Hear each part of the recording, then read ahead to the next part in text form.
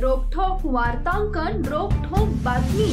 सोलापुरातील दंत विद्यार्थ्यांना करावा लागतोय विविध समस्यांचा सामना। सोलापुरातील पंडित दीनदयाळ उपाध्याय दंत महाविद्यालयात एक धक्कादायक खुलासा समोर आलाय। डेंटल काउन्सिल ऑफ इंडियाद्वारे मान्यताप्राप्त या महाविद्यालयातील विद्यार्थ्यांना पुरेसे रुग्ण भेट देण्यात अपयशी ठरल्याचा आरोप आहे।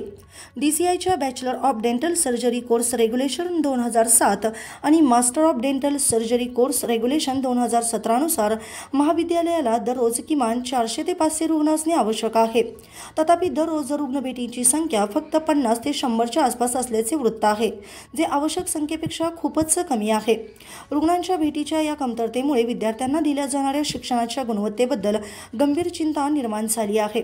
पुरेशा व्यावहारिक प्रशिक्षणाशिवाय विद्यार्थ्यांना सक्षम दंतवैद्य बनवण्यासाठी आवश्यक कौशल्य मिळू शकणार नाहीत। आम्हाला आमच्या विद्यार्थ्यांच्या भविष्याची चिंता आहे, असे महाविद्यालयाच्या जवळच्या एका सूत्राने सांगितले। रुग्णांना योग्य संपर्क न मिळाल्यास त्यांना दंतचिकित्सा करण्यासाठी आवश्यक असलेले अनुभव आणि कौशल्य मिळू शकणार नाहीत।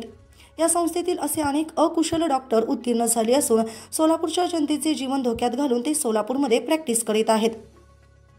त्यामुळे यावरून अनेक प्रश्न उपस्थित होतात की या महाविद्यालयाला दंत परिषदेकडून आणि त्यांच्याकडून केलेल्या तपासणीतून अनुदान कसे मिळाले आणि या संस्थेला पदवीपूर्ण व पदव्युत्तर पदवीसाठी जागा वाढ कशी दिली जाते। कारण दंत परिषदेच्या 10 एप्रिल 2024 रोजी कॉलेजला लिहिलेल्या पत्रात असे म्हटले आहे की बायोमेट्रिक उपस्थिती नोंदी पडताळल्यानंतर पूर्ण वेळ आढळून न आल्याने शिक्षकांना स्वीकारले नाही आणि 101 शिक्षकांना याच नोटिसेद्वारे स्वीकारले नाही, ज्यामुळे ते शिकणाऱ्या विद्यार्थ्यांमध्ये प्रचंड तणाव निर्माण झालाय।